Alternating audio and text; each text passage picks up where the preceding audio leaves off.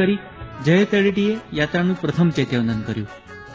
ગિરિરાજના પ્રથમ પગથિયાને વંદન કરી તેની રજ મસ્તકે અડાડી શેત્રુંજય તીર્થાધિપતિ શ્રી આદિનાથ દાદાનું સ્મરણ કરી ગિરિરાજના પગથિયા ચડવાની શરૂઆત કરી. સૌપ્રથમ ડાબી બાજુએ શ્રી ધર્મનાથ ભગવાનના જિનાલયના દર્શન કર્યા. જમણી તરફ શ્રી અજીતનાથ ભગવાનના પગલા, શ્રી શાંતિનાથ ભગવાનના પગલા, ગૌતમ સ્વામીના પગલા, શ્રી આદિનાથ ભગવાનના પગલા, શ્રી ધર્મનાથ કુંથુનાથ તથા નેમનાથ ભગવાનના પગલાને વંદન કર્યા. સરસ્વતી માતાની દેરીને પ્રણામ કર્યા અને ડાબી તરફ પગથિયા ચડતા બાબુના દેરાસરમાં પ્રવેશ કરતા જલ મંદિર, રતન મંદિરના દર્શન કર્યા.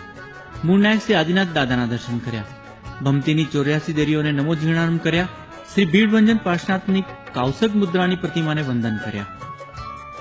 બાબુના દેરાસરમાંથી બહાર આવતા સામે સમોસરણ મંદિરમાં 24 તીર્થંકરને નમસ્કાર કર્યા તથા 108 પાર્શ્વનાથ ભગવાનના દર્શન કર્યા.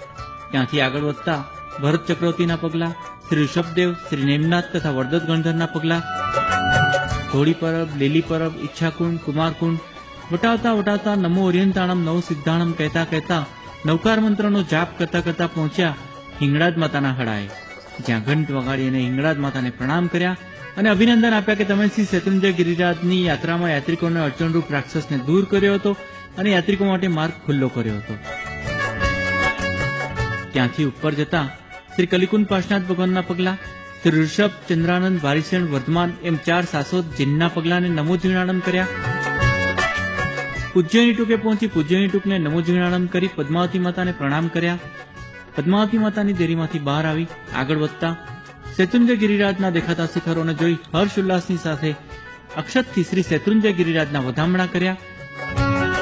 આગળ વધતા દ્રાવિડ, વારીખિલજી, અયમુત્તા મુનિ તથા નારદની પ્રતિમાજીઓને નમો સિદ્ધાણમ કહી વંદન કર્યા અને અનુમોદના કરી દ્રાવિડ અને વારીખિલની કે જેઓ શ્રી કાર્તકી પૂનમના દિવસે 10 કરોડ મુનિઓની સાથે ગિરિરાજ પરથી અનશન કરીને મોક્ષે સીધાવ્યા હતા. આગળ વધતા રામ, ભરત, થાવચા પુત્ર, શુકાચાર્ય, શૈકલાચાર્યની પ્રતિમાજીઓને નમો સિદ્ધાણમ કહી વંદન કર્યા. ત્યાંથી આગળ ત્યાં શ્રી આદિનાથ ભગવાનના પગલા, સુકોશલ મુનિના પગલા, નમી વિનમીના પગલાને વંદન કર્યા અને હનુમાન ધારાએ પહોંચી શ્રી આદિનાથ દાદાના પગલાના દર્શન કર્યા. હનુમાન ધારાથી આગળ વધતા રામપોળની પહેલા જમણી બાજુએ ગુફા જેવી કોતરમાં શ્રી શ્રીકૃષ્ણના પુત્ર જાલી, મયાલી, ઉવ્યાલીની પર્વતમાં કોતરેલ પ્રતિમાજીઓને વંદન કર્યા. ત્યાંથી ફરી હનુમાન ધારાએ આવી નવટુકની વાટ પકડી.